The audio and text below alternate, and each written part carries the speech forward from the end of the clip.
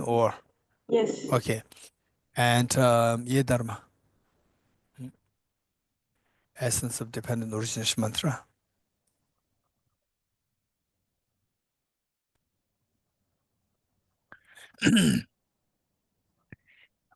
Or a one dishina, Sangachuma. I'll go for a few gentlemen enlightened, the Tambuche, and the name was one in that.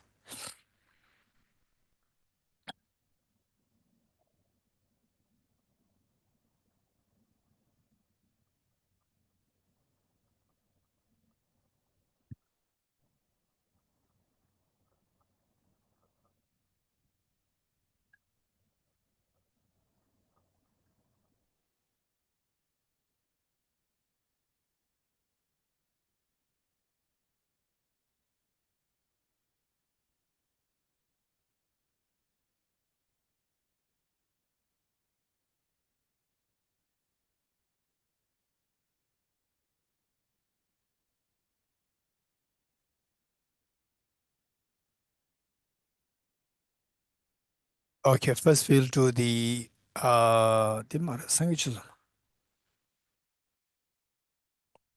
This is Sangachuma, Tambotomati.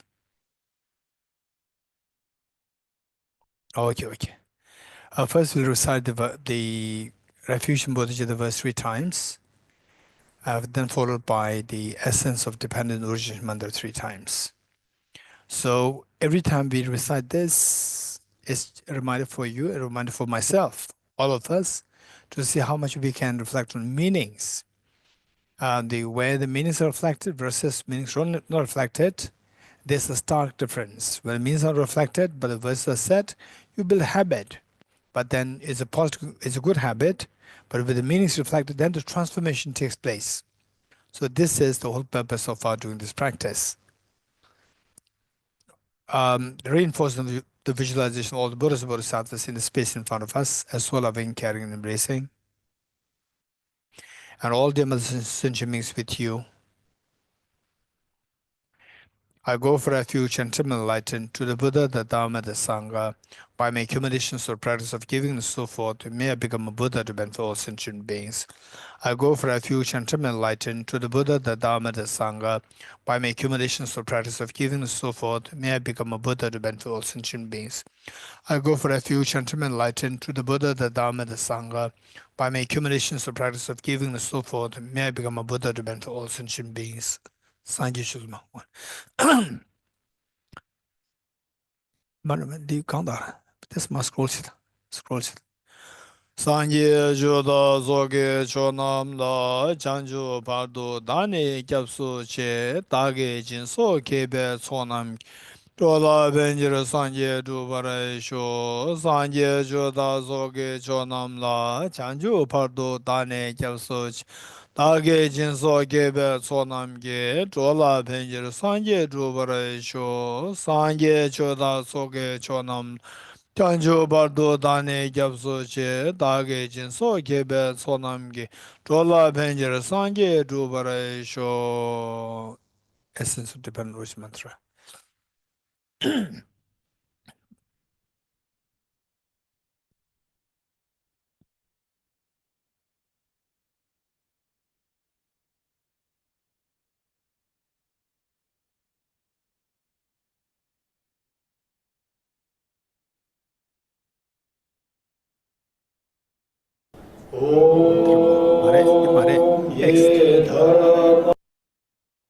Mare, text. Mandar nge dönshin dura. Gokole yore. Dan sagan chusum dina ma test scroll sindare.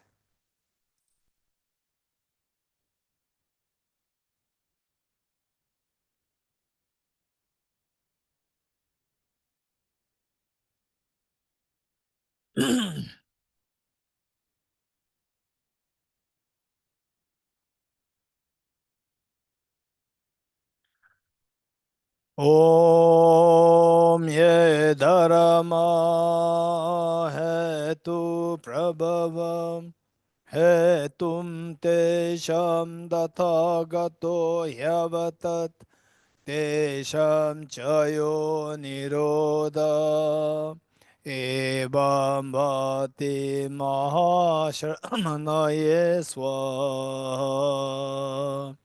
Om Ye Dharma Hetu Prabhavam Hetum Tesham Dathagato Hyavatat Tesham Chayo Nirodha Evam Bhati Mahashramanaye Swaha.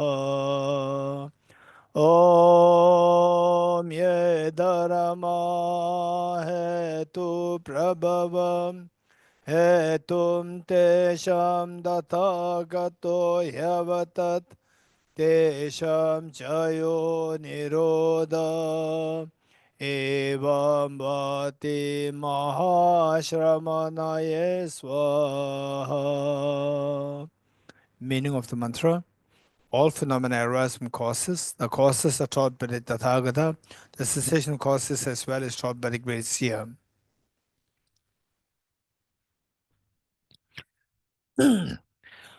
Okay, this in the first session, what we were sharing is that from the text Uttara Tantra, there's a mention that all beings have the capacity to become Buddhas.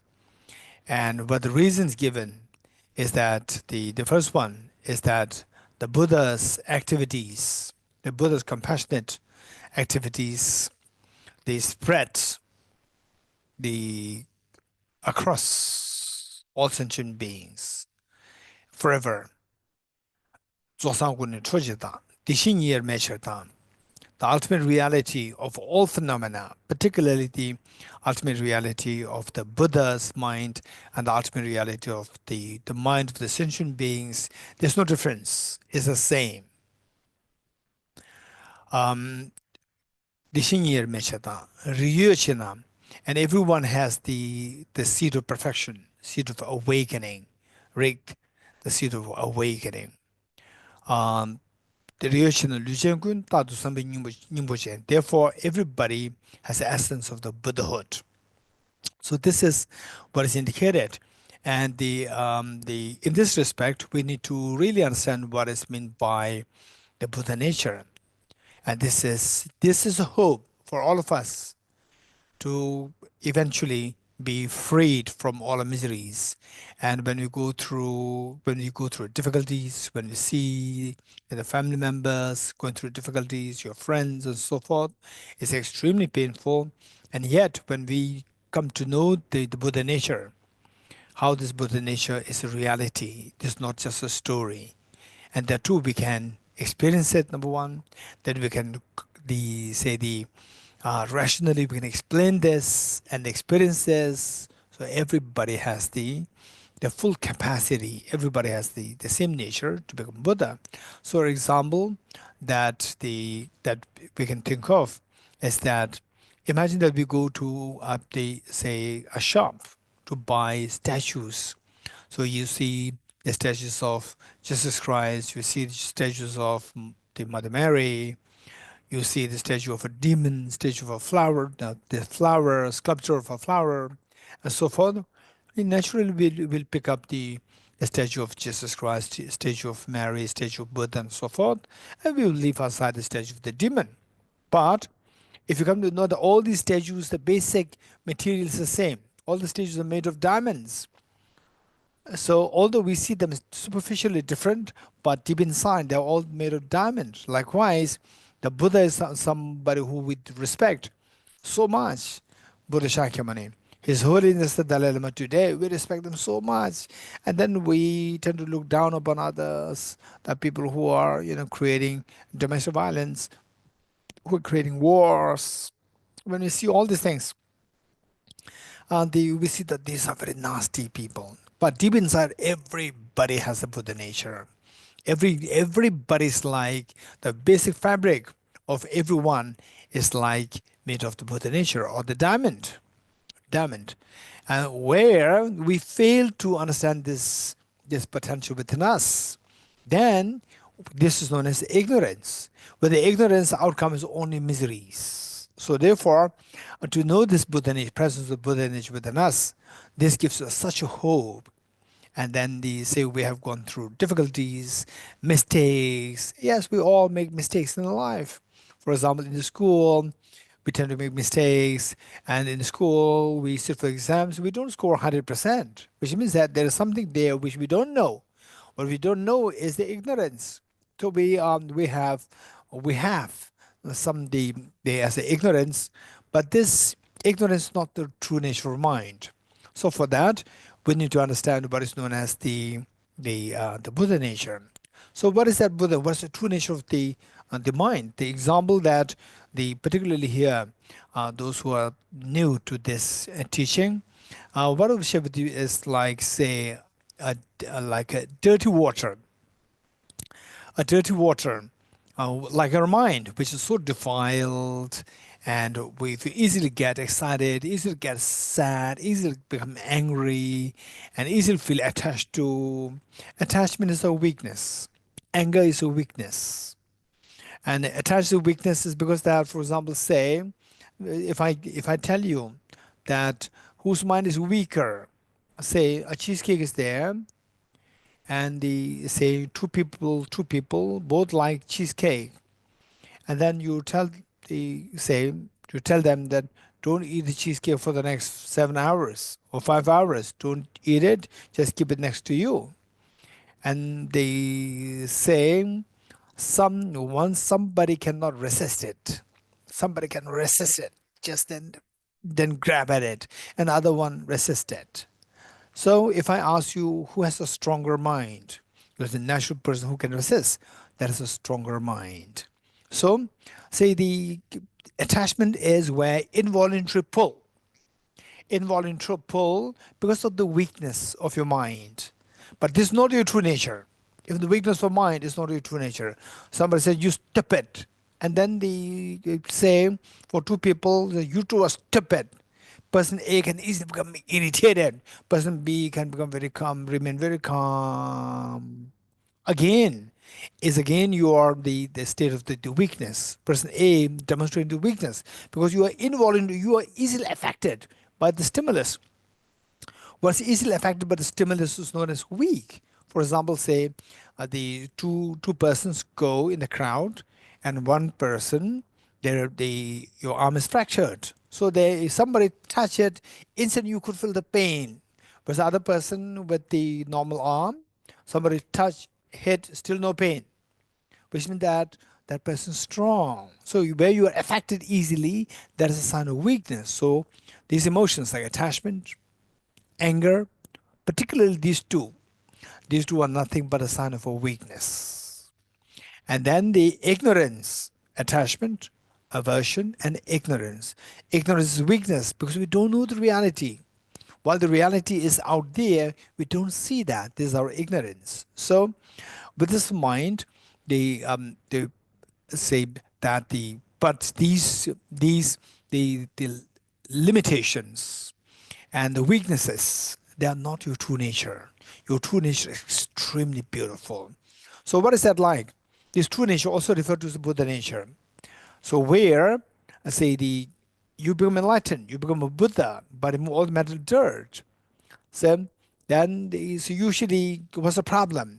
We have the problem of the mind becoming so low, sad, and the loss of hope and so forth. In other words, the suffering. So when you become Buddha, all these are removed.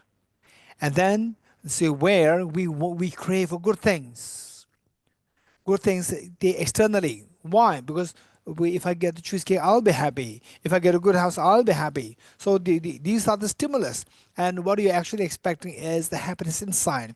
And this happiness will grow to the infinity when you become Buddha. So you got everything what you want. So when you get everything what you want, you are not at all dependent on any external factors. No external factors can affect you anymore. So that is the state of Buddhahood. And you have that capacity. I have that capacity. Everybody has this capacity. Low, high, everyone. It's not that someone is higher, someone is inferior. No, everybody's same in that respect. So this Buddha nature, what does that exactly tell me? So I do know my body, I know that. I do my mind, I do know my mind. Each one of us, we know our mind, we know our body. For example, okay, I'm a short person, the I'm a short-tempered person, or I'm a compassionate person, and they say I feel bored, by things, and when somebody is nice with me, I'm happy. I know my mind, but where's the Buddha nature? This question. For this, we need to know. Technically, we have to know the Buddha nature is of two kinds.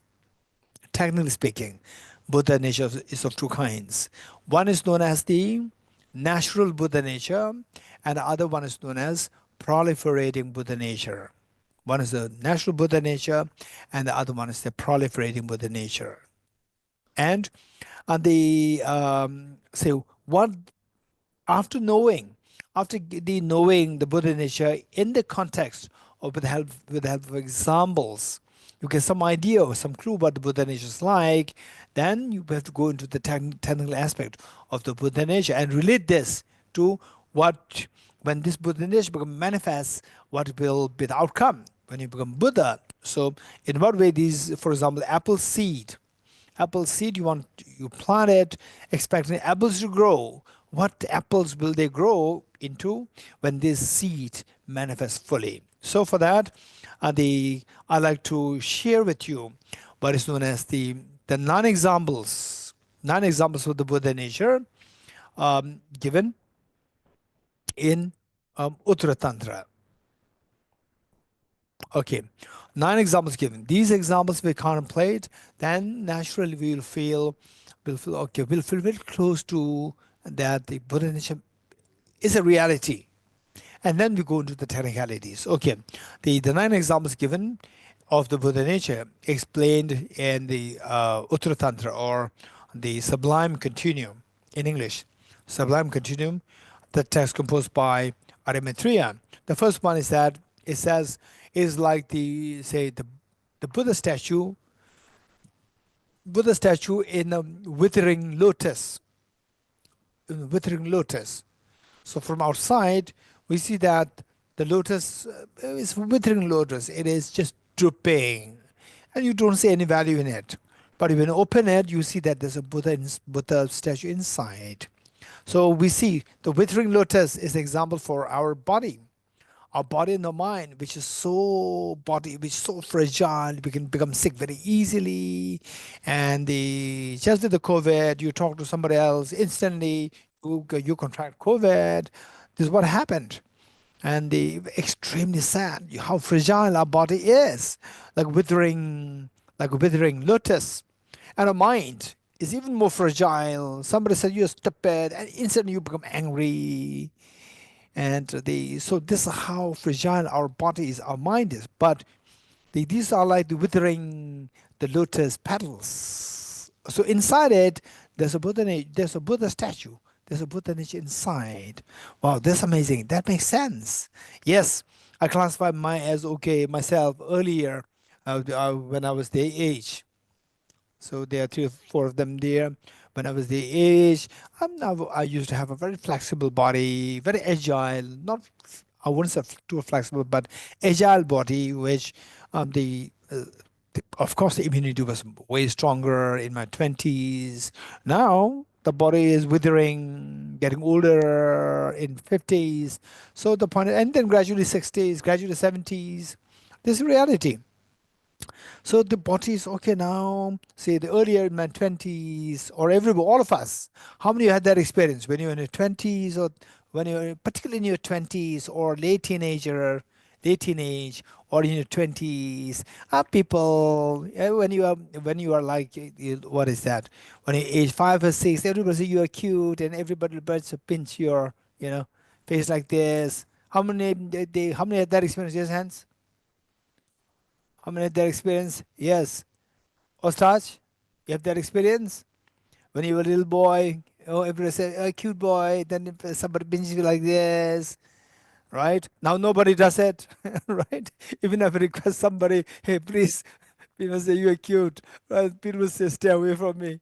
They will stay away, Right? No, no, no, no. You are not cute anymore. Okay. So look, this is a withering body and withering mind, and the mind very complicated. When we were young, of course, young like age 10, 5, 6, 7, 8, 9, 10. There, the mind is not as sophisticated as today. Today, the mind can be very sophisticated. If you don't train your mind in the Dharma way, compassion and wisdom, it can be very sophisticated. You know how to really manipulate the situation with the small children. General small children, they don't know how to manipulate the situation and then how to make everything in your favor and depriving everything else. Deprive things for others. Extremely nasty things can be done by your mind. But some children, they can do that. They can do that. That's amazing. Some children, they can do that. And where did they learn from? Many of us, we learned it in this life by looking at somebody else. From there, you initially what you thought. In fact, yesterday, I was with one of my friends, and then he was asking me about some of my savings. So this saving from the Tibet House fund, meaning that the many years of salary. And then he said that he was a little concerned about me. I said, I'm going to donate it, offer it to my monastery. Then he was a little shocked. And he asked me that, Geshe-la, give some for yourself, for your safety. He said it. So what I'm saying is that the same, all these things, the same, first, of course, yes, we have to be keep ourselves safe. This is very important. At the same time, what I'm saying is that with your mind can be very sophisticated. And the small children, they cannot, they generally speaking, they don't have these thoughts. But some small children, they're extremely astute. What is that? That's the English word. What is that? Astute. Very sophisticated in their thinking, how to manipulate others. Small children, age 3, 4, some of them can do that. And then where do they learn from? They learn it from past. They brought it from past life, not learn from anybody. They brought the past life. There's a young body, little body, but the mind is old from the past life. So this is whereas for us, majority of the people, they learn it as you grow, keep growing, then seeing with the people, and then say that now the majority of the people around, they're not really kind. This impression that people have. You should save yourself, protect yourself. People are not kind. When you go through difficulties, nobody will come to save you, rescue you. To a great extent, that's true. So what I'm saying is that this is how people learn from each other. So with this in mind, the same with the yes, our mind is very sophisticated, not in a good way, not in a good way. But if you practice bodhicitta, if you practice the wisdom of emptiness, particularly if you are surrounded by good people, like the dharma friends, we call it, say the Kalyan Mitra, or we in Tibetan we call it Chudo. So real dharma friends, dharma sangha, say the Sangha members or the Dharma friends, then this will greatly help us to shape a mind in a positive way, in a very sophisticated way, becoming positive. Whereas if not surrounded by good people, for example, like many of you, I can see that you are associated with Kalachakra Center. This is very, very, very precious. Where the Venerable Elizabeth is there, and then Gisela is there, and then the like-minded people are there, and Sophie, and so forth. They all these, they are there, and now two venerables also there, three I think. The Sherabla, and then Shuingla, and the what is Nadia? Pamela, are you from Culture Center? Okay, so there is the another Dr. Nadia, Dr. Nada or Nadia?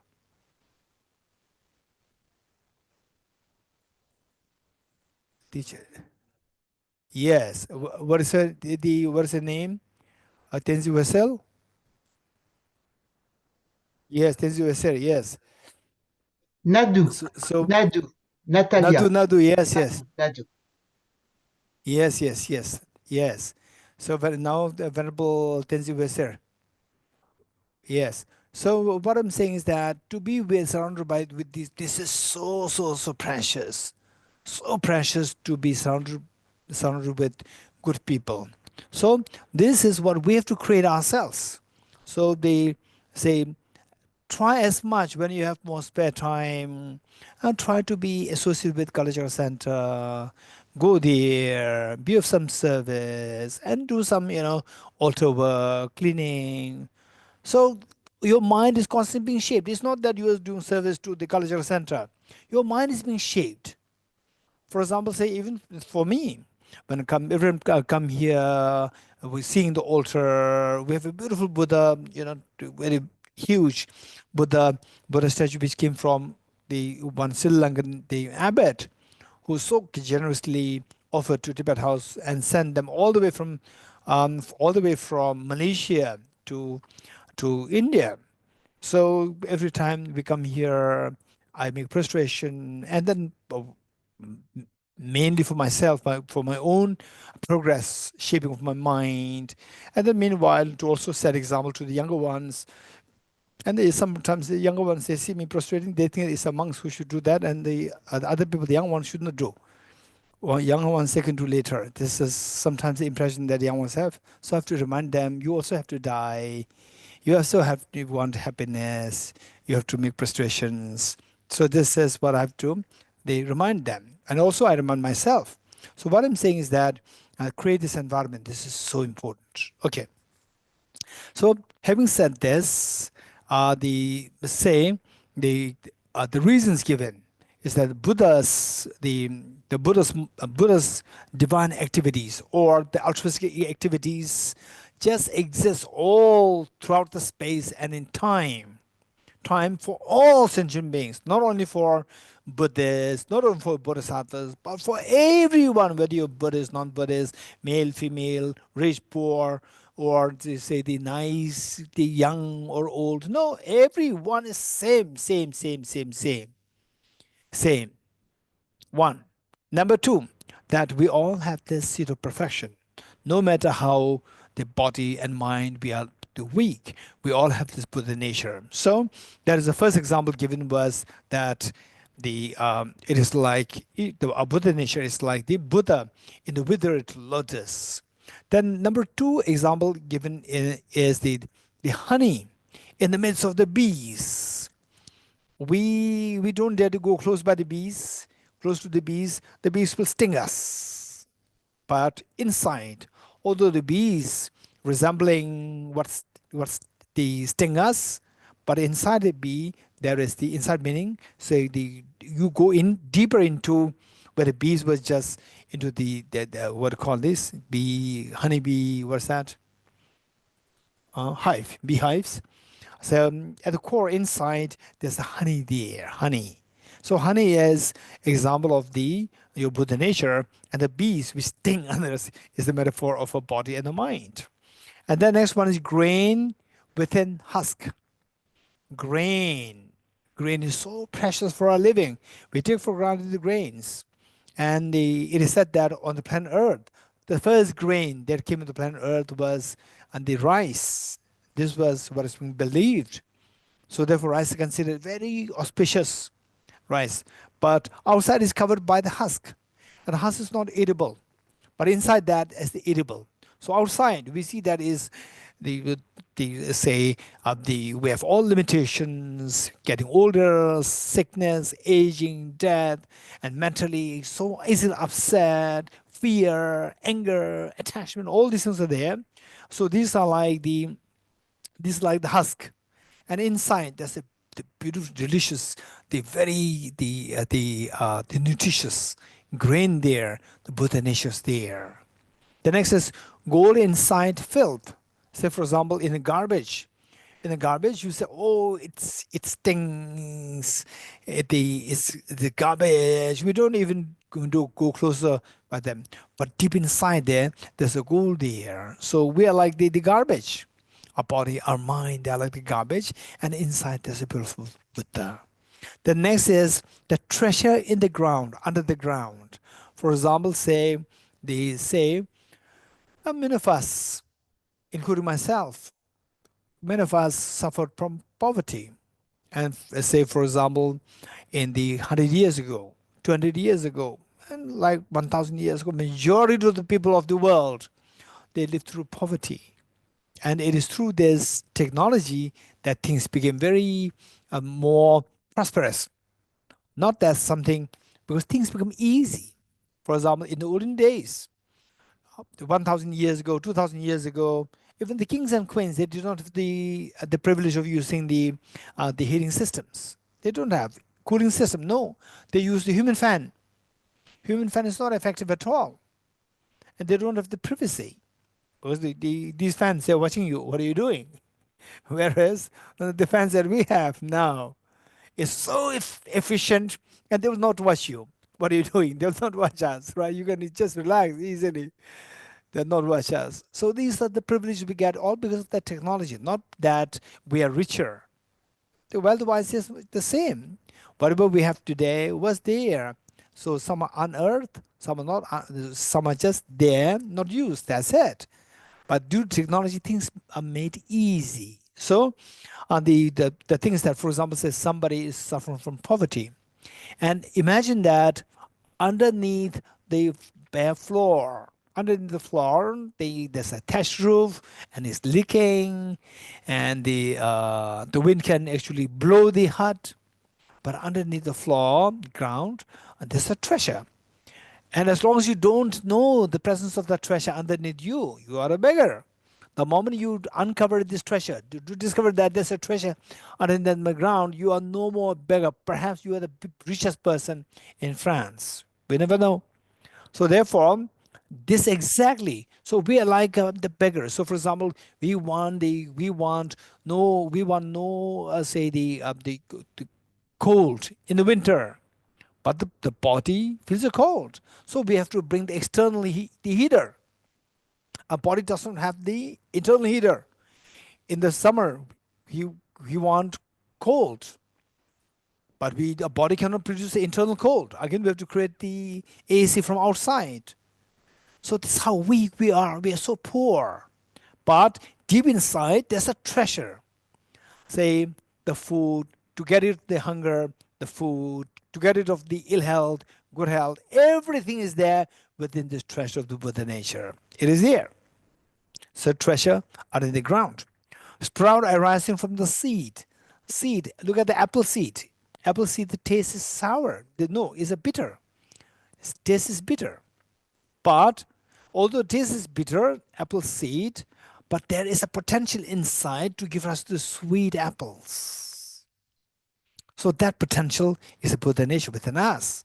So although, say, people may find you very difficult person, oh, this person, very complicated person, difficult, means that this seed is bitter. But deep inside this seed, there is the potential to give rise to sweet apples, the sweet compassion, sweet wisdom, sweet power. We all have that potential. Then the Buddha statue in the in a tattered cloth. Okay, just recently, this is one story that I heard. It's very, very, very sad. I felt, they say, in a way, I felt so fortunate to hear the story that a young boy, he must be age 6 or 7, was sent from Tibet by her mother to India. So that is true, illegal, meaning that CCP, Communist Chinese, will not allow. They will arrest you, kill you. But somehow they risk their life. They send a small child across the border to cross the Himalaya to get to India so that they will come in contact with His Holiness the Dalaï-Lama, and they will get the opportunity for the education and His Holiness's compassionate the wing. So the mothers, they risk their life, they risk the life of the child and sent the child. And I was asking this child, I was asking this girl, how did you manage? How did you go? And then this girl was sharing with me all whole story that the warning was already given that when I reached the border between China, the China meaning Tibet, and about Tibet under China, since the Chinese soldiers they're guarding the border, and then the Nepal border. So there, when you are there, then they will make you pretend as though like you are local children here around this place, local children. They will ask you to throw anything, whatever you have, except for your clothes. That's it. Whatever you have, money, everything they will ask you to throw. And the mother, very smart, she knew about this, and she said that she told this little girl, when you're at the border, they will tell you to throw everything, throw whatever you have to throw, but the shirt inside, don't never throw this. The shirt inside, never throw. Say that this is my shirt. Just say this. And the that actually what happened was that this mother stitched, say they put money, currency, money in the shirt and stitched like 100 notes. The 100 what is that? The Chinese money, yuan, 100 yuan, which is like current exchange. Okay, so 100 yuan is like the Indian 1,000 rupees, which is like the American $10, like $10. So there, and the biggest currency is the 100 yuan. So mother stitched all this money inside this shirt, stitched, not visible from outside, stitched, and instructed the girl not to remove it at all. Make sure that this shirt get with you, cross the border, and get to India with you. So this will help you to survive. So this was the instruction given. And then at the border, as the mother predicted, some of the small children who were with them, they were asked to throw everything, whatever they have, bags, everything, they throw and pretend as though like they were just local children. And then she persuaded, or she insisted that this shirt I cannot throw. This is this my only inner. And finally, getting over, so she still they had some money with her, given by the mother. So these are the anecdotes. So what I'm saying is that this is a very tattered, worn out, tattered cloth, but inside there the money, which the mother so kindly, thoughtfully put. Likewise, the Buddha statue in a tattered cloth. Tattered cloth we will throw. But the inside, when you open it so well, you see that there's a Buddha statue. So we are like the tattered cloth, whereas inside there's a Buddha statue like the Buddha nature. Then the next example is a king. King in the womb of the mother, in the womb of the beggar mother, beggar lady. In the womb of a beggar lady. Even though the lady is a beggar, but the child that she's bearing can become the king of the whole kingdom within 30, 40 years' time. Because this child can be very special and eventually become the king. This is what happens in many places where the ordinary person becomes so influential, powerful eventually to become the ruler of the whole kingdom. So the king in the womb of a beggar. Then finally, gem in a clay. Gem in a clay. One time there was the story, it was a real story, that I don't know which place, was it Burma or Thailand? And say the past histories, we tend to forget the past histories. What happened? This was very fascinating, that there was a huge Buddha statue made of clay. And the monk who was attending to this, the attendant of this, the prayer hall, and he was always cleaning this. And one day he could see a very tiny crack in the clay, the Buddha's body, tiny crack. And okay, this needs to be fixed. Then after a while, he could see that something from inside is glowing. Glowing. He could not believe. Something's glowing. And then the crack becomes bigger, bigger, bigger. And finally, he was literally, they could see that there's a gold inside. And then when the surface cracked, with the clay, when the clay was removed completely, there was a huge Buddha statue inside. The surface Buddha statue was just a surface. Inside there was the golden Buddha. And nobody had clue how this happened. Nobody had a clue. So they were asking the local people, is there any story about the Buddha, golden Buddha covered by the clay? Nobody had any story to share.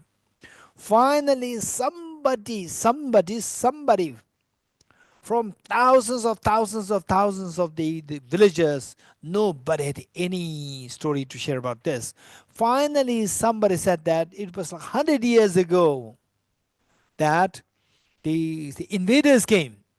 Invaders came to invade the whole monastery and whole village, and they not only invaded, they destroyed.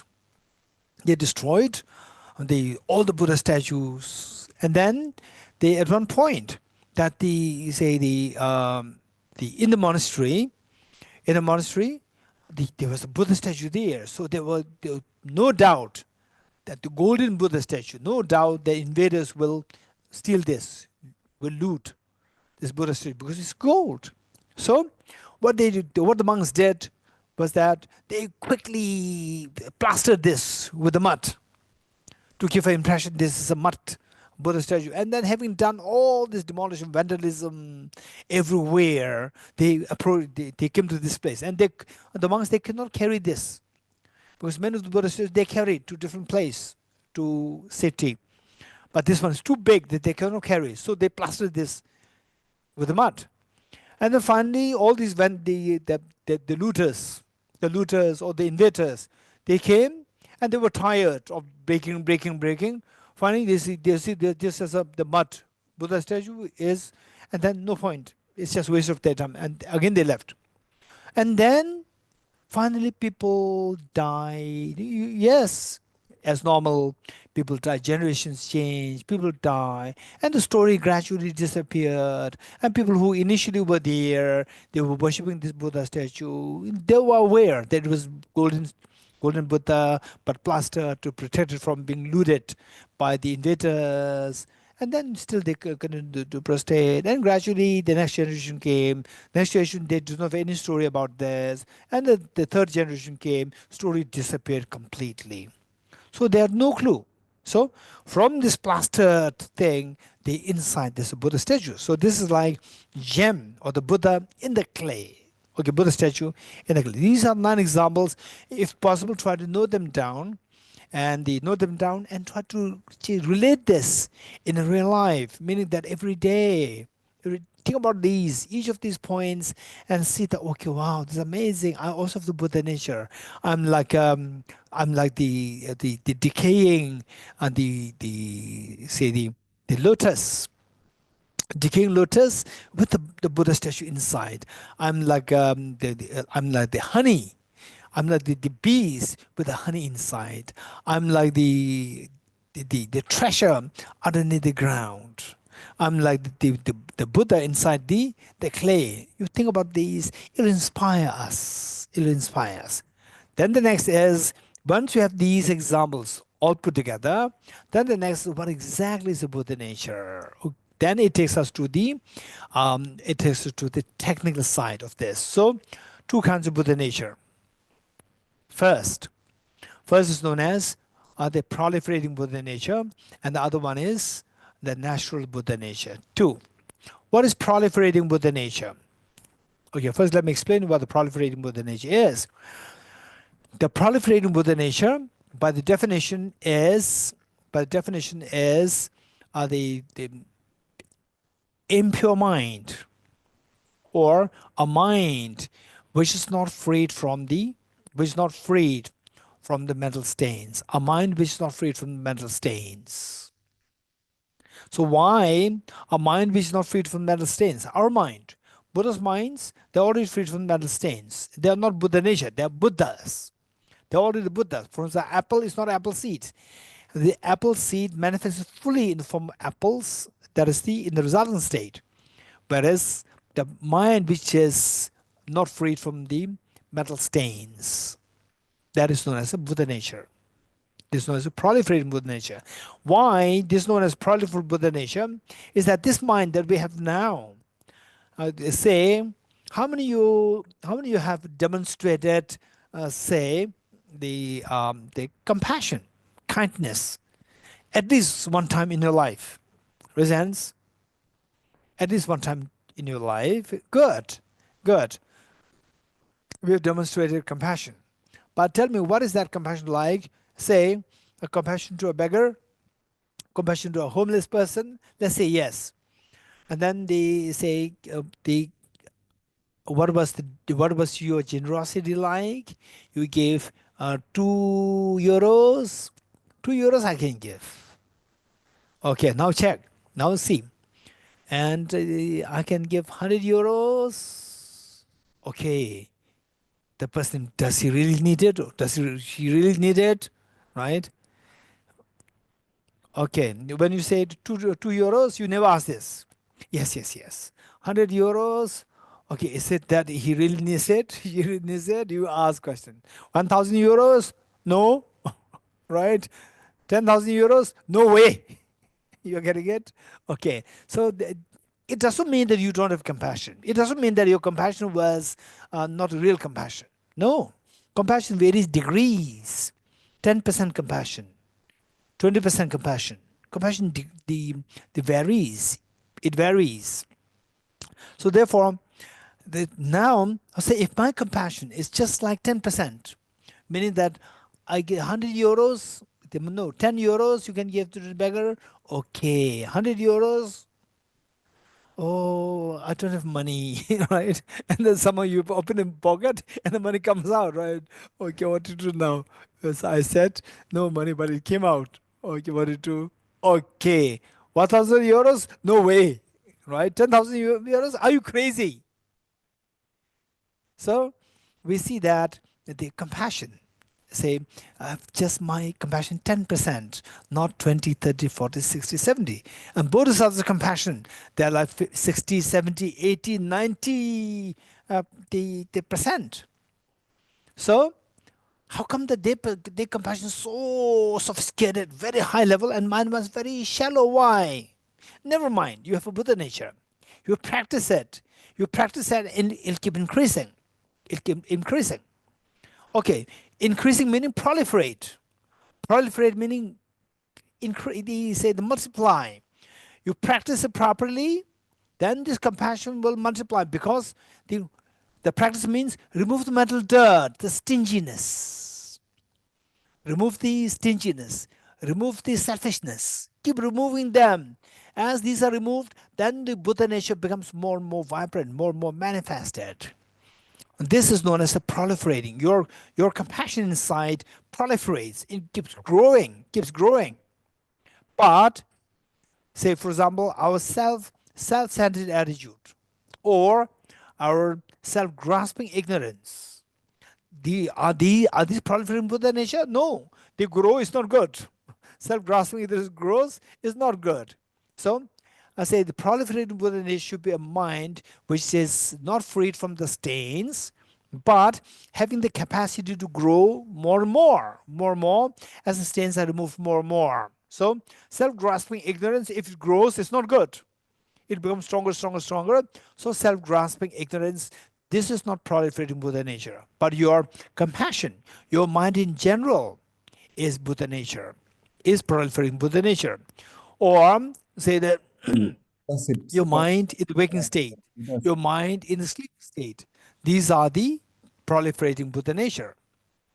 These are the proliferating Buddha nature. So your compassion, very gross compassion, very shallow compassion, although it's very shallow at the moment, there's also a proliferating Buddha nature, because this can proliferate, it can grow through a very systematic practice. So this is proliferating Buddha nature. Next is very sophisticated. Next is the natural Buddha nature. Natural Buddha nature is, okay, now this is a little technical, and the people who are already exposed to emptiness, for you it may be easier, but those who are not exposed to emptiness, you may find it a little technical. But what I would suggest is Pour trouver at ça de least try manière plus to, technique. at least try to, at least Et try donc, au to moins, learn, essayez d'apprendre,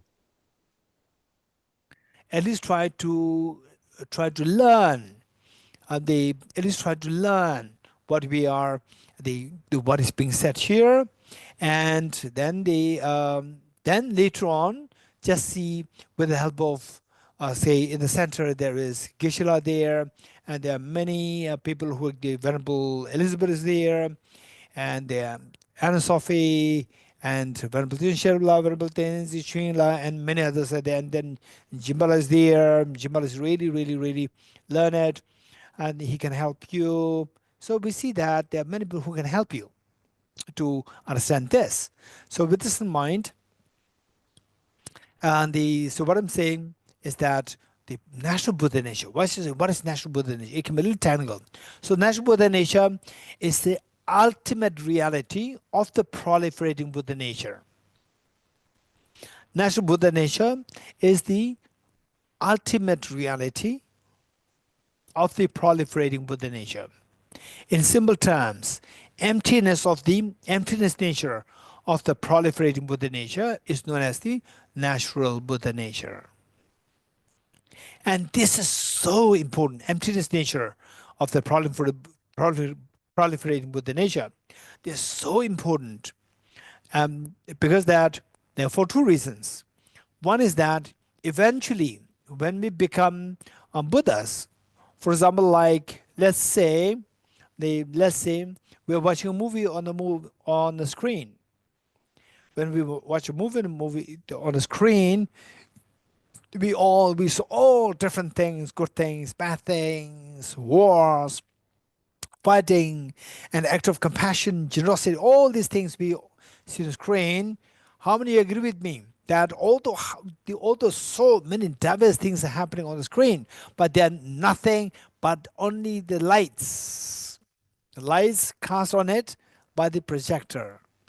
Watching a movie in a movie theater. Okay, how many agree with me, raise hands?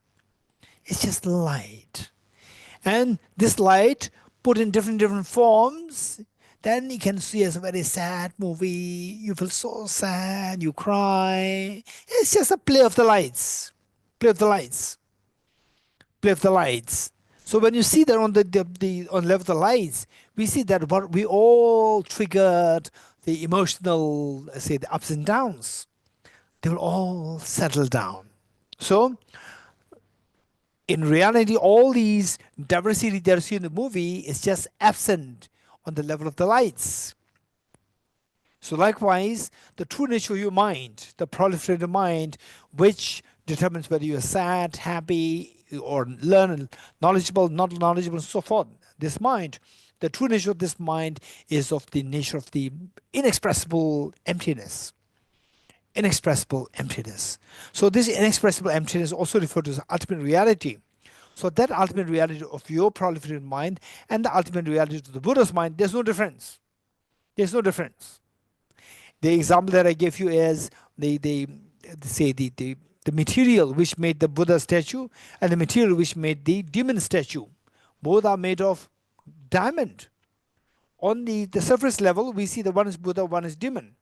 On the deeper level, both are diamonds.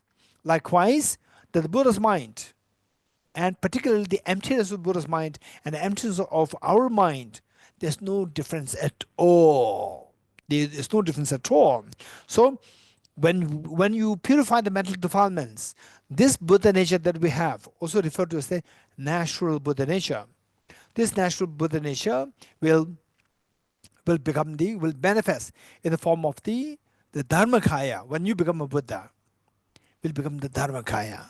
So when you become a Buddha, the natural Buddha nature becomes the Dharmakaya, and your proliferating Buddha nature becomes the wisdom Dharmakaya, and the natural Dharmakaya. So this one, the natural Buddha nature that you have now When you become a Buddha, it becomes a natural Dharmakaya. And the proliferating Buddha nature that you have now, when you become Buddha, it becomes the wisdom Dharmakaya or Jnana Dharmakaya. So, and then of the two, we see that the natural Dharmakaya, which is the emptiness of the Buddha's own mind, that emptiness, that is a basic framework where all these Jnana Dharmakaya or the wisdom Dharmakaya is possible. From this, then the Buddha's two bodies in the form of the Rupakayas, the Sambhogakaya and Nirmanakaya. These two manifest out of these two. So let me quickly explain when your Buddha nature, becomes manifest by removing the mental dirt, then when you become Buddha, what is that like? Let me explain this. When you and I, when each one of us, when we become a Buddha, so what we have is that in simple terms, that you have attained the state of perfection. And some people said, oh, human beings, we cannot attain perfection. No, that's not true. This is their belief. But in reality, that anyone can attain perfection because we have the seed of perfection. Anyone can attain perfection. So, this perfection, and particularly when you become a Buddha, the perfection with respect to yourself and perfection with respect to others. In other words, perfection with respect to yourself and perfection with respect to giving the greatest of the benefit for others. So, and these are the two things. So how many of you would agree with me that, or how many of you would be happy to say that, okay, if I attain a state whereby I don't really have to worry about myself at all, number one. Number two, I also have the potential, the power, full power to remove the worries of everybody else. This is the greatest of the attainment. In other words, I can get the maximum freedom, no worries, freedom, perfect freedom, and have the potential to teach how to attain freedom for all others. This is the greatest of the attainment in the universe. Just raise hands. If that happens, right? I have the freedom not to become hungry. I have the freedom not to feel cold. I have the freedom not to feel upset when somebody says you are stupid. Or I have the freedom not to be pulled by the cheesecake, right? Cheesecake is there, right? Say, say, hey, now you will have to go to prison, and somebody shows the cheesecake, and then your mind is pulled by the cheesecake. No, what is this?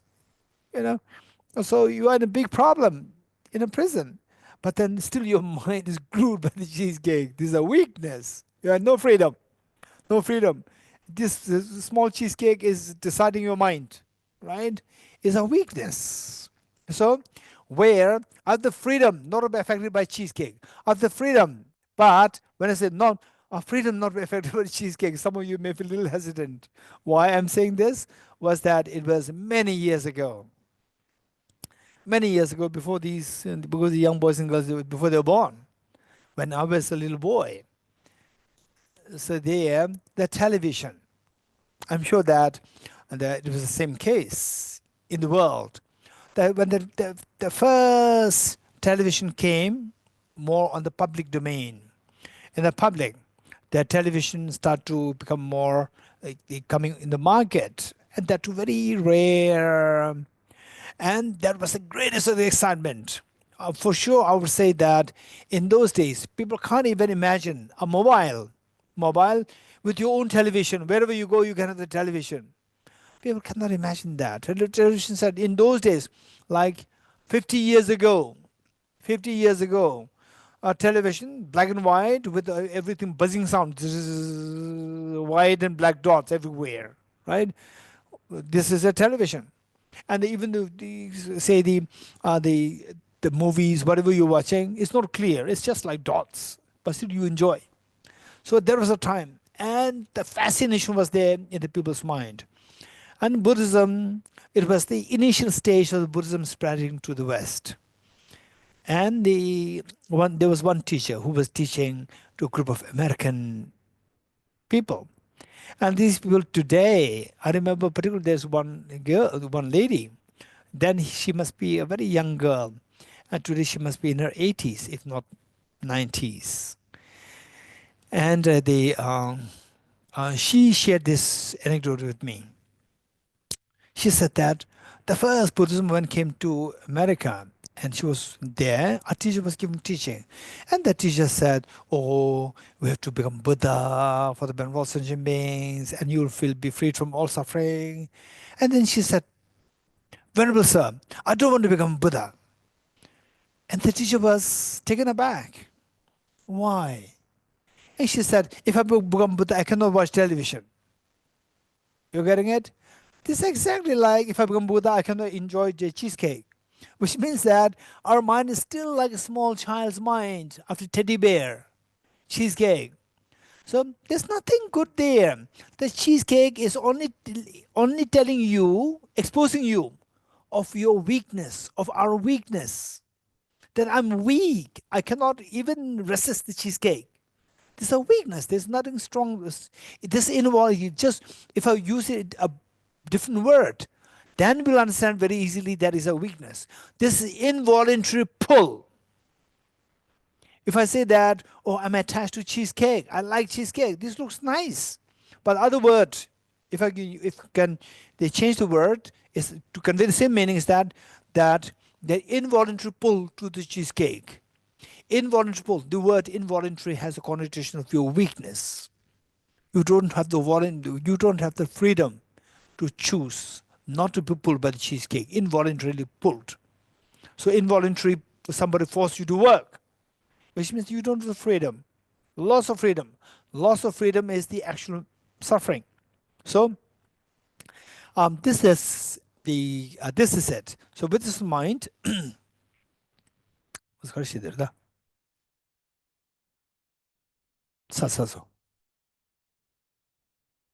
oh, we are talking about the proliferating Buddha nature. We are talking about the when you become a Buddha. When you become Buddha, your mind is totally freed of all these lack of freedom. You get total freedom. So freedom not to feel cold, freedom not to feel hungry, freedom not to feel sad, freedom, and they say not to have any limitations. If that is Buddha, I would truly want to attain that. And not only that, you have the freedom, you have the potential, the power, the maximum power to benefit others infinitely. If this is a state, just can you imagine? Or very, very quick, just tell me, if you attain such a state whereby I gain total freedom, where they say, I don't have to go through any set of limitations. I'm free from any limitations, physical, verbal, mental, number one, for myself. And then I don't feel any limitation with respect to helping others. That would be the greatest of the attainments. Just raise your hand. If you could, at least like 67%, yes, that I can understand at least 67%. Think more. This is the ultimate answer. For example, some of the religious traditions, be it in Asia or in the West, they say that, okay, what's the purpose of the piety, devotion to devotion to your religion? What's the purpose? Oh, finally, when I die, I'll have the communion with God. Communion. The next question is, what is it if you meet with God? What's there? What's there if you meet with God? What are you going to say? Right? What are you going to say? So this question. So if you meet a Buddha, what are you going to say? You meet His Holiness. What do you say? His Holiness says, study well, practice well. Buddha will say the same thing. And if you meet God, God will say the same thing. Be good. He will say the same thing. And you have to do good. It's not that God says, be good, and then automatically you become good. No. Buddha said, His Holiness said, study well, and automatically you become a Nobel laureate. No. You have to study. So this is reality. People are so blindly been, they say, indoctrinated, believing that you meet with the Buddha or you meet with God and then something happens. No, nothing will happen. Nothing will happen. Okay, so that we have to be very, very clear in our mind. So that attainment is when you become a Buddha, you will attain these two qualities. One, perfection of the freedom. Perfection of freedom with freedom from all forms of limitations, all forms of drawbacks, limitations for yourself. This is the perfect goodness for yourself. And then the freedom from all forms of limitations from helping others. That's the perfect goodness for others. So these are the two attainments that you get when you become a Buddha. So first one is known as Dharmakaya, and second one is known as Rupakaya. Rupa meaning form, form body of the Buddha, and the truth body of the Buddha. So truth body of the Buddha is with respect to your mental qualities, and form body of the Buddha is with respect to your physical qualities. So to physical, you have the body and the mind. Mind related is more for your ultimate goodness for yourself. And the body related, this is for the ultimate goodness for others too. Okay, let me explain a little bit more in detail. Now a little more technically. Say Dharmakaya related to your mind, mental qualities. Why this is known as the ultimate goodness for yourself is because that the ordinary beings, sentient beings, they cannot have direct access to these mental qualities of the Buddha. It's exclusively for you. This Dharmakaya, or the mental qualities of the Buddha, these are not directly accessible to the sentient beings. Therefore, these qualities are known as qualities of ultimate goodness for oneself. Whereas the Buddha, to attain, for you to become Buddha, is finally to protect yourself, to have yourself the maximum, the fearlessness, infinite happiness, and also create the same thing for others. So unless others have access to you, how can you benefit others? So you have to the Rupakaya, which is the form body of the Buddha, to give access to all the other sentient beings.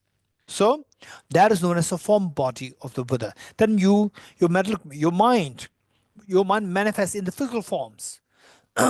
Your mind manifests in the physical forms. That is known as Rupakaya of the form body of the Buddha. And this Rupakaya again is of two kinds. One, which is known as the Sambhogakaya. In English, it is known as enjoyment body of the Buddha. Enjoyment body of the Buddha. And the other one is known as the emanation body of the Buddha.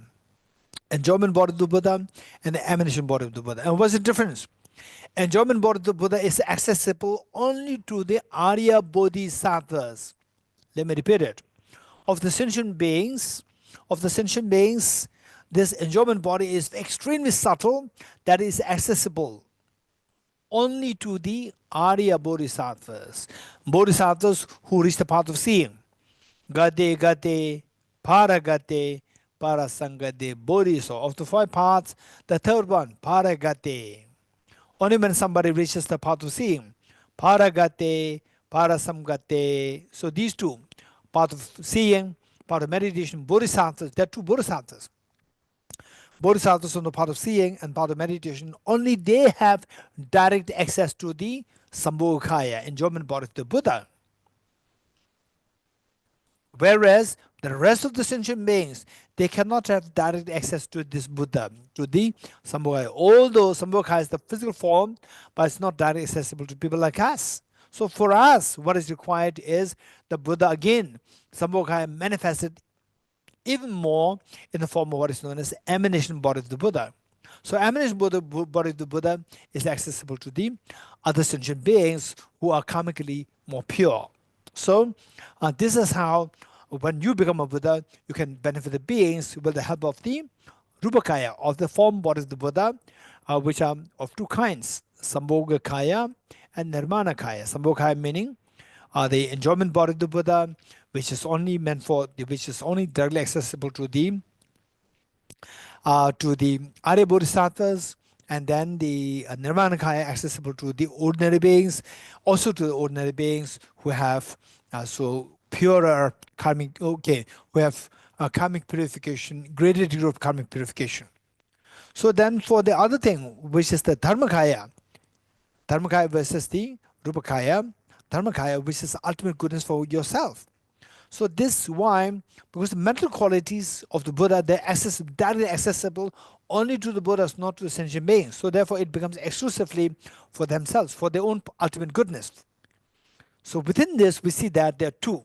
One is the Buddha's own mind, mental consciousness, Buddha's own mental consciousness, which has gained the perfect purity. For example, like, say, the water. Some water, I came to learn that even the air, I came to learn that even the air, I say, of course, Delhi people, they know what is meant by air pollution. And the air, I learned from the when I was in Singapore, I learned from my friend who was a part of who runs a company to clean the computer parts. So they use the water, extremely clean water, extremely clean water. And they said he was clean water, and the air within that small the space, within the small room where the cleaning takes place, even the air there is extremely clean. Water use is extremely clean, and the air that is being sent from some pipe, that is extremely clean. And they could talk about some kind of micron, the size of the air particles. They talk about in the form of the microns. So what I'm saying is that the Buddha's mind is like this extremely clean water. How many of you have seen the water which is extremely clean? How many have seen? Wow, this extremely clear, crystal clear water. Raise hands.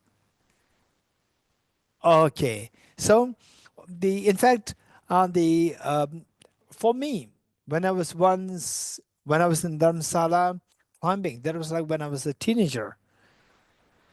I must be 16 or 15, 16 or 15.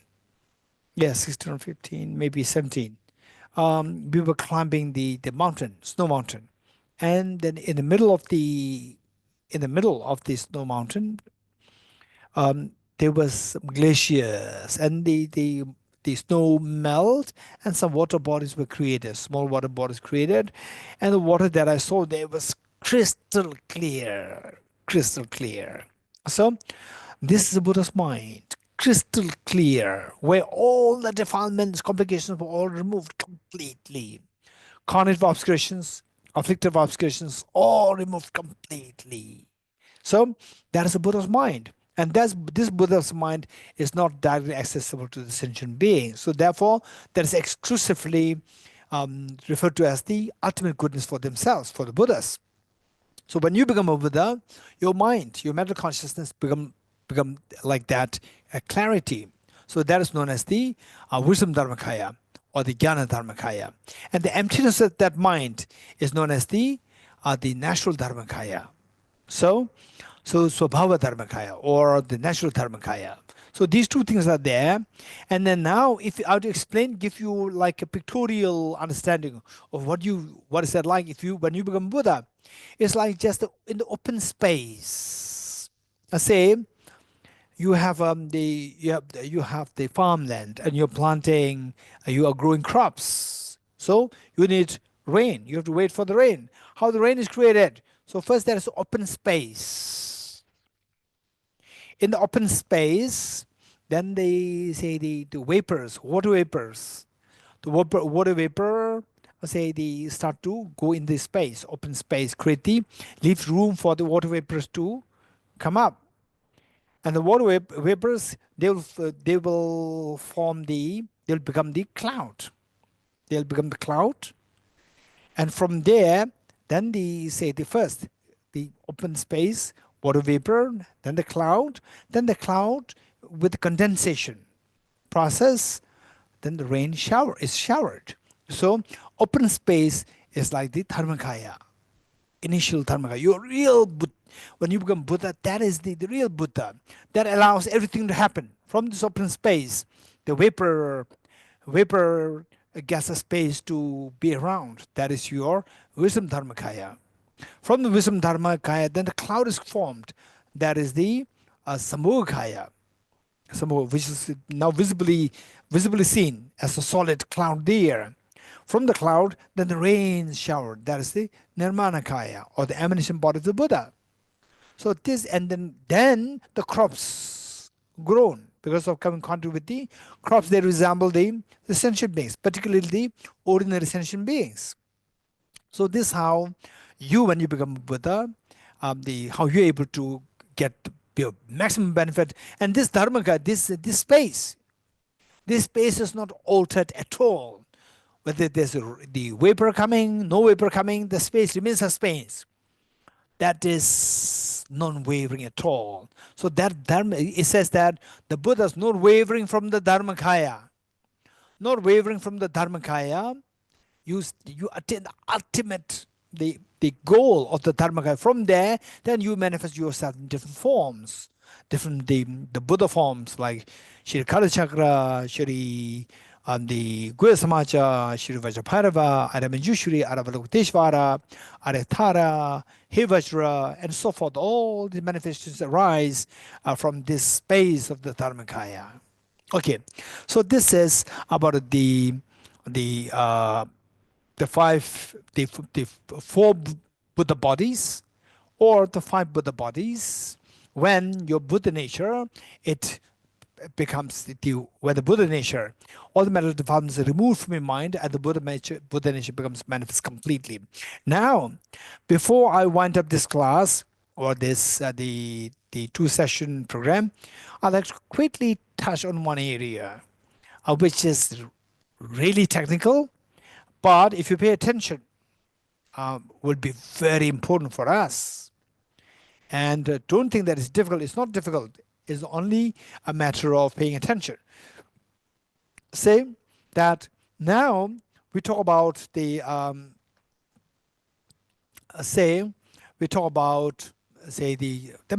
mental defilements to be removed. Mental defilements to be removed, and on that basis, we see that some people, when they remove some degrees of mental defilements, then the Buddha nature, the partly becomes manifest in the form of nirvana, personal nirvana, where the mental defilements are removed completely. Then the Buddha nature manifests in its full form, refers to Buddhahood. So, what makes the difference? What makes the difference where the partial awakening and full awakening? Where lies the difference? This is a big question. So the point is that our mental, the Buddha nature, how that can be purified? It can be purified on 2 levels. So what are the 2 levels? So first, let me share with you that, for example, say when we interact with any object, say you are watching a movie, or you're listening to a music, or you are, say, you're looking at this flower. So in all these cases, your mind interacts with the object. And some people, just by seeing the flower, oh, this beautiful flower, I wish I have one so that I can offer this to the Buddhas, Bodhisattvas on my altar. Or some people will say that, oh, I wish I also have this beautiful flower because that I can put it on my table and it looks nice, it makes my house beautiful. So look at the mindset, it's very different. For some people, when they go to the shopping, the first thing is that, oh, what I like to have for my dinner, and so forth. But some people, the first thing that comes to mind is that, okay, so what should I buy to make offering to the Buddhas, Bodhisattvas on the altar? So these different ways of looking at things happen. So again, where lies the difference? It's all about our the habitual tendencies, which in turn depends on the environment. Where you meet with the people, you're always with the people who are keen on making offerings, who are keen on thinking of other people. The moment you are about to go to the hotel, and then or to a very very fancy restaurant where they say the food that you that you eat is about like 60 euros or 100 euros, then instantly you think about, oh, there are so many poor people, I can help them. I can have something good for like 10 euros is good, 10 euros, and the remaining 80 euros I can donate, make offerings for the poor people. Some people, the mere thought of the poor people, oh yeah, $2 good enough. And when you go to the fancy restaurant, you have no issue spending like $100 is easy. 100 US, no, 100 euros is very easy. 200, even 200 euros also easy. But for giving say helping the poor people, even 10 euros is very difficult. For some people, spending on yourself, like 100 euros is difficult, but giving to poor people 100 euros is easy. Mindset can be very different. Mindset can be very different. Now, if you think of only this life, that's a different story. Whereas if you keep into consideration or the equation of the future lives, then to be kind, eating fancy food may not necessarily make you happy, but kindness will for sure make you happy. Kindness for sure will make you happy. And the kindness, there are various levels. So with this mind, so our mind, why some people, they say Buddha nature manifests only partially. Some people, Buddha nature manifests fully. So broadly speaking, we can break them into two classes. One is partial and one is full. What do you mean by partial and full? This is what I'd like to share with you here. Say, when you interact with these phenomena, from the various thought processes come to us. When you mingle with the good people, very compassionate people, you also learn to be compassionate. When you mingle with the bad people, you also tend to learn bad things. But some people, when they mingle with the bad people, then their goodness reinforces. Their goodness. Oh no, I'm in the wrong company. Oh no. Yes, something of this kind. Also, what I used to do. Now I realize this is bad. I must do good. So, if that is what has happened to you, you are somebody with a very strong positive karma from the past life. You are very meritorious. Whereas those people who can easily be divided into negativities, the moment you are in the bad company, or easily divided into the negativities when you're in bad company, this says that you need to be careful, which means that you try to associate yourself with the good companies more. And what does it mean by good company? So in the West, it's like everybody is more independent. What I would say is the best thing is whatever Dharma centers are there close by your place. For example, most of you, I can see that you associate with Kalachakra Center or Nalanda, the monastery. This is amazing. You are very fortunate. Be associated with these places more. And then sometimes when you're totally free, just go there and say visit the center, and whoever is there, Venerable the Elizabeth Law, or let's say the Geshe Law is there, or anybody else is there, or Anasof is there, right? Have a cup of tea with them, and then chat something. Even that chat is very different from the chat that you're going to have in the restaurant. It's going to be very different. So the point is that, so this is how we create the different imprints on the mind, and then how a mind will react to the different stimulus can become very productive. Okay, so now in this interaction, now going to more technical aspect, when you interact with the object, any object, good, bad, or whatever, two things are happening. There, for example, you look at this flower, oh, it's so good, and you feel attached to this flower, or it's so, and then you say you're always been seeing flower. You feel upset seeing the flower, again flower. Okay, some people, it's beautiful flower, it's amazing. So there, what is happening is that there are two things happening. When your mind interacts with the object, let's say the flower, there are two things happening. In other words, this interaction is responsible to feed your mind with some information. That information decides the feelings. Feelings decides your intention. That's a karma. So therefore, this karma act of push, involved into push and pull. So positive karma and negative karma all decided by the feelings. What kind of feelings? Feelings decided by the cognitive thought process. Cognitive thought process because of the information fed to your mind. This information is fed through the object. So interaction of the object. Your mind interacting with the object. So this interaction plays a very important role. When the interaction is sound, everything else will fall in place. Good things. When the interaction is not sound, wrong things will result out of that. So this interaction involves two things. One is the object appears to the subject, number one. Object appears to the subject. This act of apprehension, act of appearance. Object appears to the subject. And then the subject interacts with the object. In other words, subject engages with the object or the subject apprehends the object. So act of apprehension. Act of appearance and act of apprehension. There are two. So these two decide what your information is going to blind. And this information decides your cognitive, the discrimination. That decides your feeling. And the feeling decides your intention of the karma. What positive karma, negative karma that you accumulate. And that decides your state of being, happiness, miseries, and so forth. So with this in mind, so this interaction, that plays very important role. So this to make sure that this interaction is something constructive, not destructive. In other words, this interaction is valid. This interaction should not be invalid.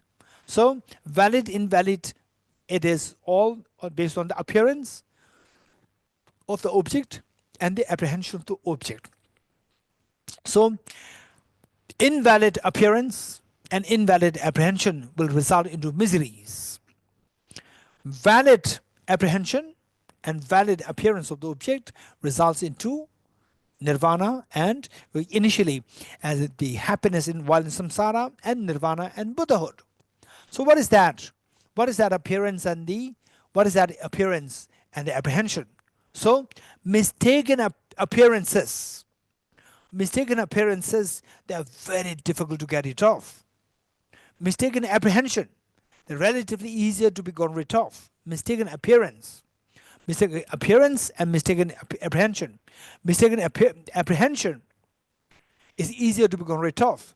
So with the mistaken apprehension is associated with the samsara.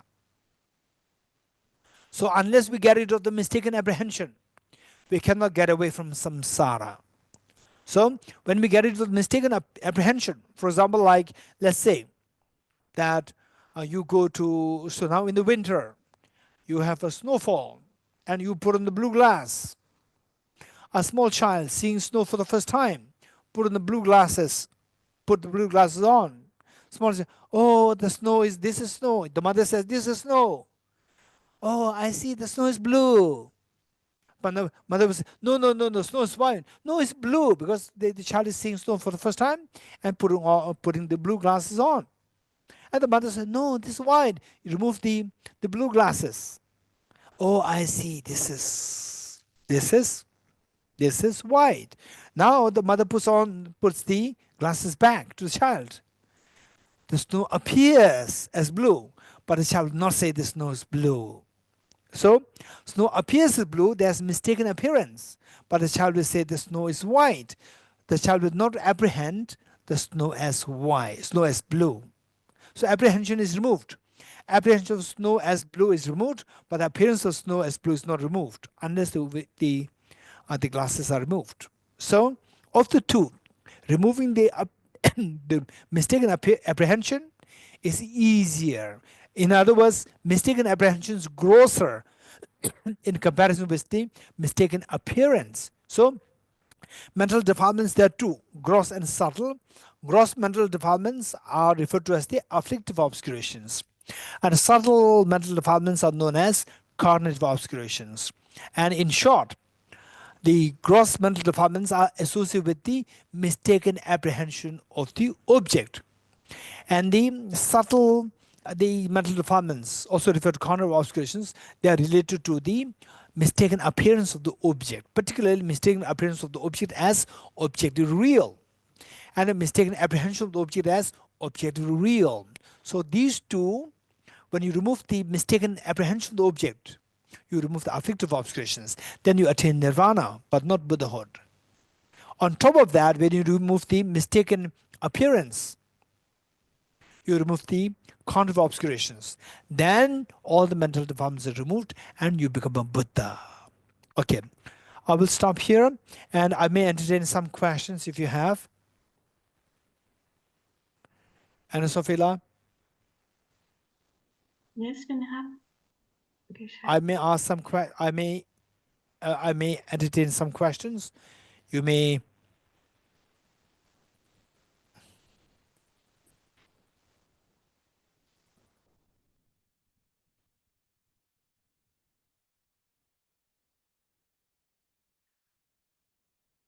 Okay, Cyril.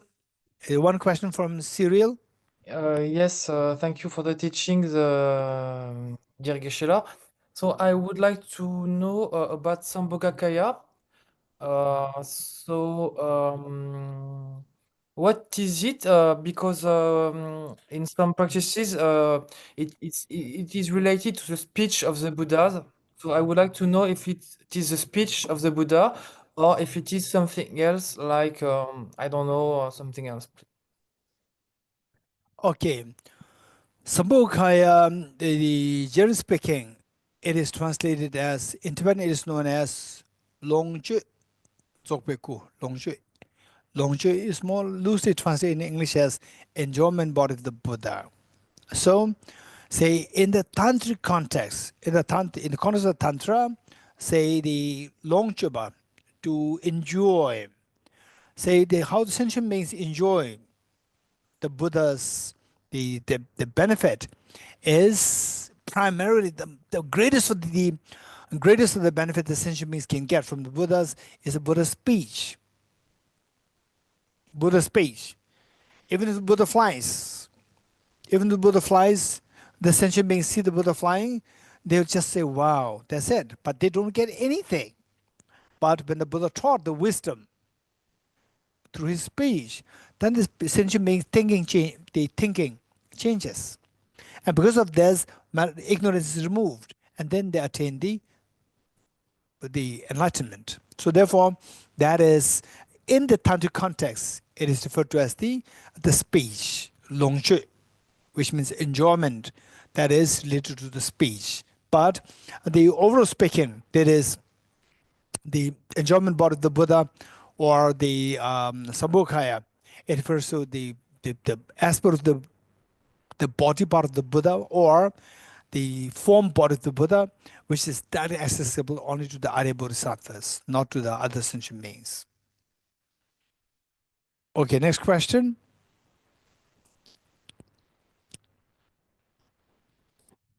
Isabella. Isabel.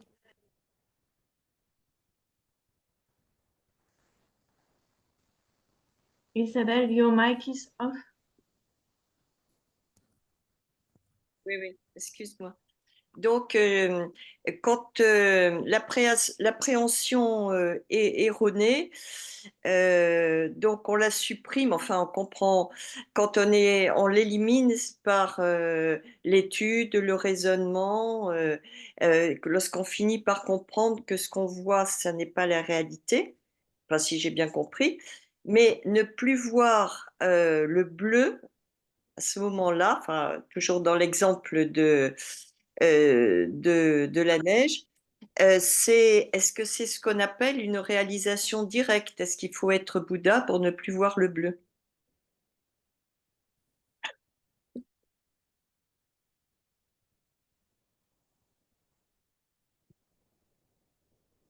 Yes.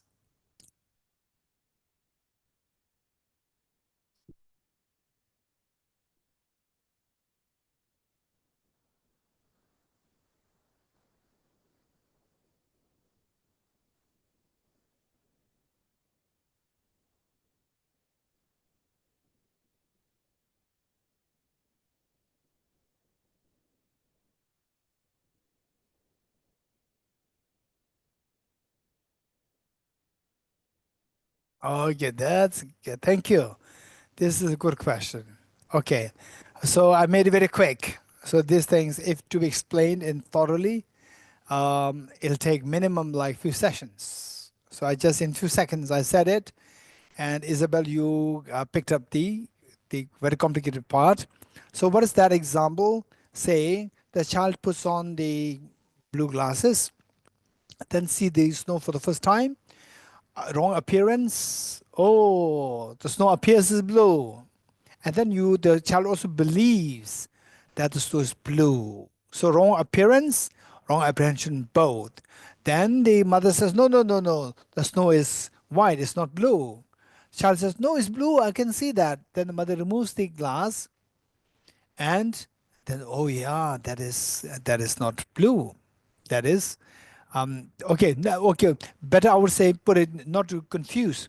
I would give another example. I say a small child and Isabel, or let's say small child and Anna Sophie and Isabel. So small child puts on the with the blue glasses on, and seeing the snow for the first time, and the say the Isabel tells that the snow is white. Child says no, the snow is blue, because the snow appears as blue, and child believes the snow is blue, which means that wrong appearance and wrong apprehension.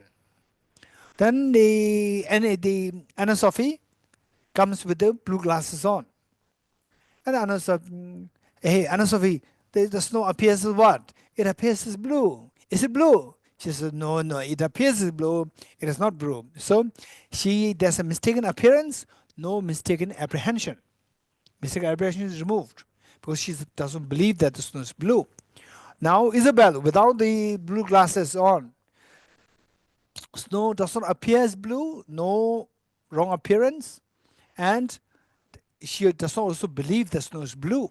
So no wrong appearance, no wrong apprehension. So the first one is like the ordinary beings like us, the small children like us, where we see things objectively real and we believe things objectively real.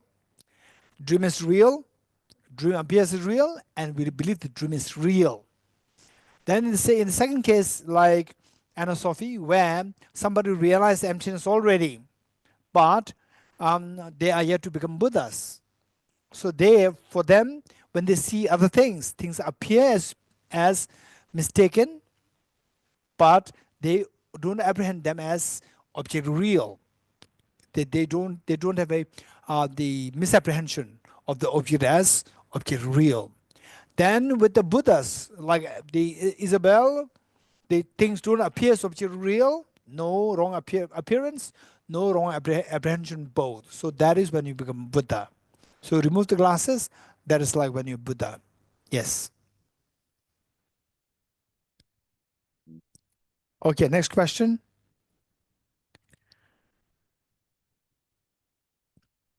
Okay, if there's no further question, then we will do the end declaration prayer. End declaration prayer, the Christophla, end declaration prayer, the long form. The longer form. Okay, Anna Sophie, you like to read this? Yes, Venerable Geshe.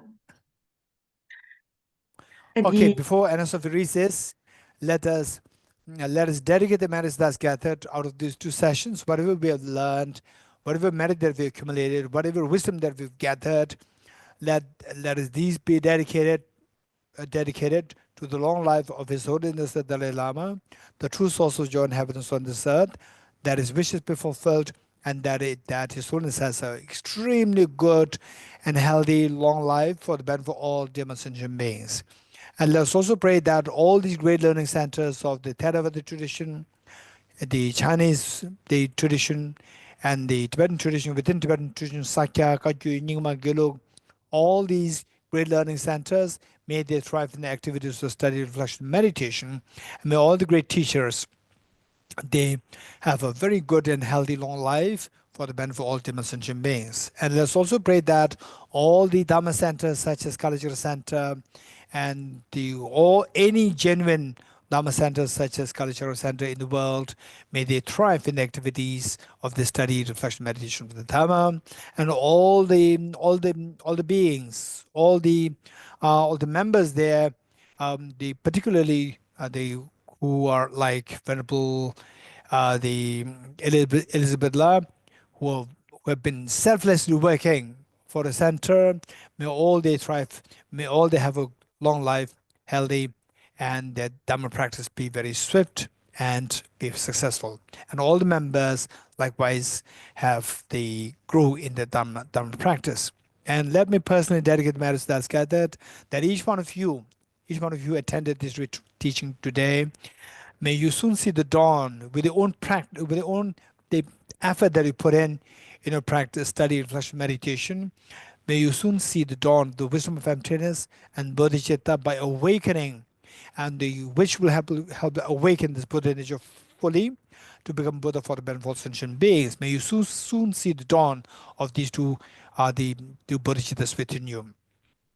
So with this in mind, and let's also pray that all the domestic violence happening in the world, all the wars happening in the world, and all the famines and the poverty and all these problems be mitigated and eventually be exterminated completely. So may prosperity, may joy, happiness, and ultimately the Dharma flourish in the world everywhere in the nook and corner of the universe. Okay, and Sofila. Additional dedication prayers. In the land encircled by snow mountains, you are the source of all happiness and good. All powerful transcendent in Gyatso, please remain until samsara ends. Just as the brave Manjushri and Samantha Badwa too realize things as they are, also I dedicate all these merits in the best way that may follow the perfect example. I dedicate all these roots of virtue with a dedication praised as the best by all the Buddhas who appeared in the 3 times so that I might perform the noble Bodhisattva's deeds. May the Supreme Bodhicitta does not reason arise and go, and may that which has a reason not diminish but increase forevermore, as long as space remains, as long as sentient beings remain, until then may I too remain to dispel the miseries of the world.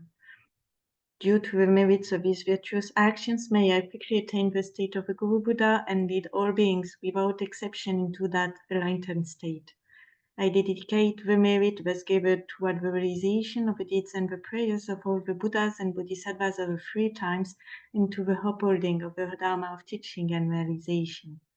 May I, in all lives, through the force of his merit, never separate from the 4 worlds of the Mayana Vehicle, and accomplish all the stages of the path, renunciation, bodhicitta, perfect view, and the 2 stages. With a wish to free all beings, I shall always go for refuge to the Buddha, the Dharma, and Sangha until I reach full enlightenment. May the poor find wealth, those weak with sorrow find joy. May the forlorn find new hope, constant happiness, and prosperity. May all who are sick and ill quickly be freed from their illness, and may every disease in the world never occur again. May the frightened cease to be afraid, and those bound to be freed. May the powerless find power, and may people think of benefiting one another. By the merits I have acclimated, may every single being abandon all forms of wrongdoing and perpetually engage in virtue. May they never be parted with the mind of bodhicitta. May they always engage in the bodhisattva's conduct. May they be cared for by the Buddhas and relinquish the actions of devils. May no living creature ever suffer, commit wrong, or ever fall ill. May no one be afraid or belittled, or their minds ever be depressed. May all the pains of living creatures ripen solely upon myself, and through the might of the Bodhisattva Sangha, may all beings experience happiness. Having dispelled all inner and outer obstacles and downfalls such as poverty, despair, oppression, cruelty, epidemics, and natural disasters due to environmental degradation, may all beings forever enjoy the glory of peace and happiness.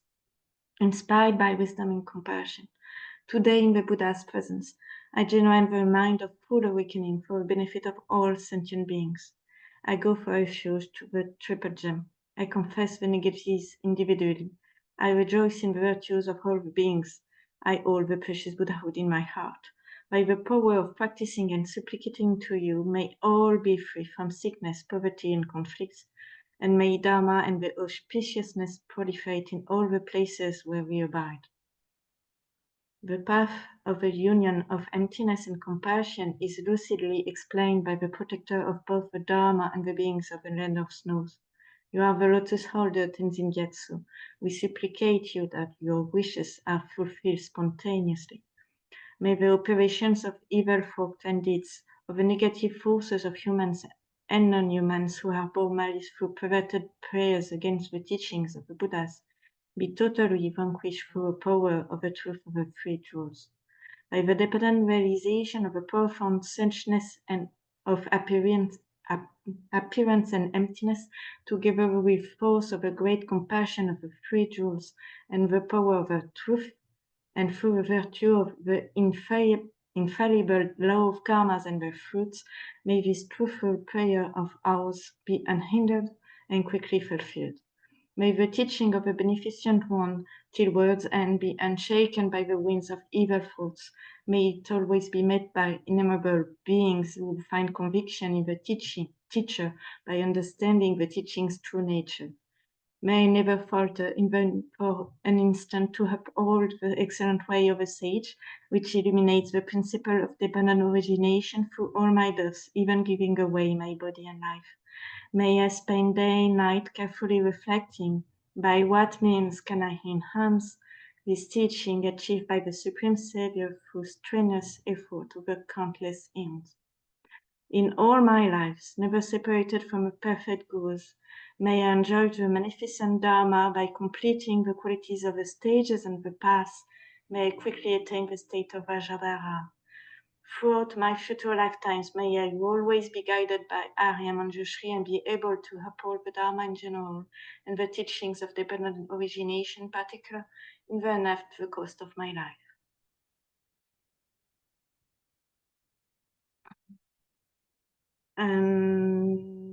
Now we will recite 3 times the Heart Sutra mantra.